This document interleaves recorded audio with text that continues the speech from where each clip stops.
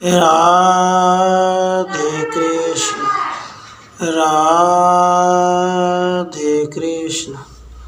7वें अध्याय में प्रतिपादन किया गया कि परब्रह्म श्री वासुदेव ही उपास्य देव हैं। वे संपूर्ण जड़ चेतन वस्तुओं के शेषी अर्थात स्वामी हैं, सबके कारण और आधार हैं, सब उन्हीं के शरीर हैं। इसलिए सभी उन्हीं के प्रकार भेद होने के नाते वे ही सर्व शब्द से वाच्य हैं और सबके नियंता हैं। वे ही समस्त कारण में गुण गणों से युक्त होने के कारण एकमात्र आश्रय हैं। वे ही सबसे परम श्रेष्ठतम हैं। अनादिकाल से बहते हुए पाप प्रवाह जनित सात्विक, राजस और तामस त्रिगुण में शरीर, इंद्रियां और भोग्य वस्तु के रूप में स्थित भावों से वे छिपे हुए हैं। श्रेष्ठतम पुण्य के प्रभाव से होने वाली भगवत शरणागति से उस आवरण का नाश होता है। पुण्यों की न्यून अधिकता से शरणागति में भेद होने के कारण ऐश्वर्य की प्राप्ति, आत्मा के यथार्थ स्वरूप की प्राप्ति और भगवत प्राप्ति, इस प्रकार प्राप्ति विषयक अभिलाषा में भेद होते हैं। और इसी का अनुपासकों के भी 3 भेद होते हैं। भगवान को प्राप्त करने की इच्छा वाला भक्त नित्य युक्त, एक भक्ति युक्त और परम पुरुष भगवान का अत्यंत प्रिय होने का सबसे श्रेष्ठ है, इसलिए दुर्लभ है।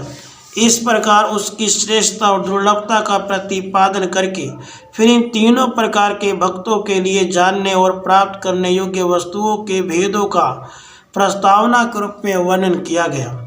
उन प्रस्तावना से कहे हुए जानने और प्राप्त करने योग्य वस्तु भेदों का 8वें अध्याय में विवेचन करते हैं। अर्जुन जी बोले, हे पुरुषोत्तम, वह ब्रह्म क्या है, अध्यात्म क्या है और कर्म क्या है, अधिभूत क्या कहा गया है, अधिदेव किसको कहा जाता है। हे मधुसूदन, इस शरीर में यहाँ अधियज्ञ कैसे और कौन है, और मरने के समय संयत आत्मा वाले पुरुषों के द्वारा आप कैसे जाने जाते हैं। जरा मरण से छूटने के लिए आप भगवान का आश्रय लेकर यत्न करने वाले भक्तों के जानने योग्य बतलाए हुए वे ब्रह्म, अध्यात्म और कर्म क्या है, तथा ऐश्वर्य की इच्छा करने वाले भक्तों के जानने योग्य अधिभूत और अधिदेव क्या है, और इन तीनों के जानने योग्य जो अधियज्ञ नाम से कहा गया है वह कौन है, उसका अधियज्ञ भाव कैसे है, एवं इन तीनों नियत आत्मा संयमी पुरुषों के द्वारा मरण के समय आप किस प्रकार जाने जाते हैं, यह सब बतलाना चाहिए। श्री भगवान बोले, ब्रह्म आत्मा परम अक्षर है, स्वभाव प्रकृति अध्यात्म कहलाता है। भूतों के भाव को उत्पन्न करने वाले विसर्ग का नाम कर्म है। तत् ब्रह्म शब्द से जिसका निर्देश किया गया वह ब्रह्म परम अक्षर है, जिसका नाश नहीं होता, उसका नाम अक्षर है। अतः समष्टि रूप से तज्ञ जीव को ही ब्रह्म कहते हैं। ऐसा ही श्रुति भी है, अव्यक्त अक्षर में लय होता है, अक्षर अंधकार प्रकृति में लय होता है इत्यादि। जिसका स्वरूप प्रकृति से सर्वथा संसर्ग रहित है, उस आत्मा का नाम परम अक्षर है। अध्यात्म को स्वभाव कहा जाता है। अभिप्राय यह है कि प्रकृति का नाम स्वभाव है। वह आत्मा से संबंध अनात्म वस्तु सूक्ष्म भूत और उनकी वासना रूप प्रकृति पंच अग्नि विद्या में जानने योग्य बतलाई जाती है। वे दोनों प्राप्य प्राप्त करने योग्य और त्याज्य त्याग करने योग्य भेद से मुमुक्षु पुरुषों द्वारा पृथक पृथक जान लेने योग्य है। मनुष्य आदि भूतों की सत्ता का नाम भूत भाव है। उसको उत्पन्न करने वाला जो विसर्ग है, यानी 5वीं आहुति में जल पुरुषवाची हो जाता है। इस श्रुति से सिद्ध जो स्त्री संबंध जनित विसर्ग शुक्र त्याग है, उसका नाम कर्म है। उससे विरक्त होने के उद्देश्य से और उसको त्याज्य समझने के उद्देश्य से उसे मुमुक्षु पुरुषों को सारे अंगोपांगों सहित पूर्ण रूप से जानना चाहिए।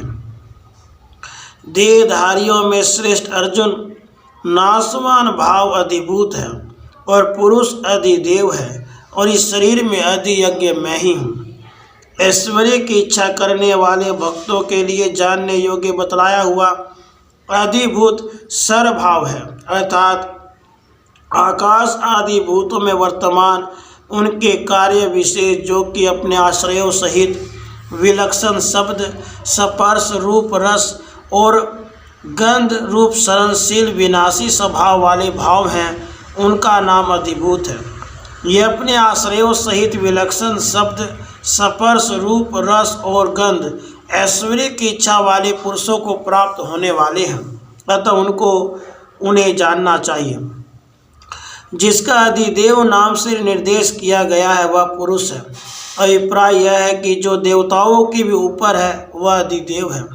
सो इंद्र, प्रजापति आदि समस्त देवताओं से ऊपर वर्तमान और इंद्र, प्रजापति आदि देवताओं के समस्त भोगों से विलक्षण शब्द, स्पर्श आदि भोगों के भोक्ता पुरुष का नाम अधिदेव है। ऐसी भोक्तापन की अवस्था ऐश्वर्य की इच्छा करने वाले भक्तों के लिए प्राप्य रूप से जानने योग्य है। अधियज्ञ मैं ही हूँ। अधियज्ञ नाम से कहा जाने वाला मैं स्वयं ही हूँ। अभिप्राय यह है कि यज्ञों के द्वारा आराधन करने योग्य देव का नाम अधियज्ञ है। सो यह बात तीनों ही प्रकार के अधिकारियों को महायज्ञ आदि नित्य नैमित्तिक कर्म करते समय समझनी चाहिए कि इंद्र आदि देवता मुझ परमेश्वर के शरीर हैं और मैं उनमें आत्म रूप में स्थित हूँ, अतः मैं ही उन यज्ञों के द्वारा आराध्य हूँ। यह भी तीनों के लिए समान है। जो अंत काल में भी मुझको ही स्मरण करता हुआ शरीर छोड़कर जाता है वह मेरे भाव को प्राप्त होता है, इसमें संशय नहीं है। जो भक्त अंत काल में भी मुझको ही स्मरण करता हुआ शरीर त्याग कर जाता है वह मेरे भाव को प्राप्त होता है। अभिप्राय यह है कि मेरे स्वभाव का नाम मम भाव है, उसको पाता है।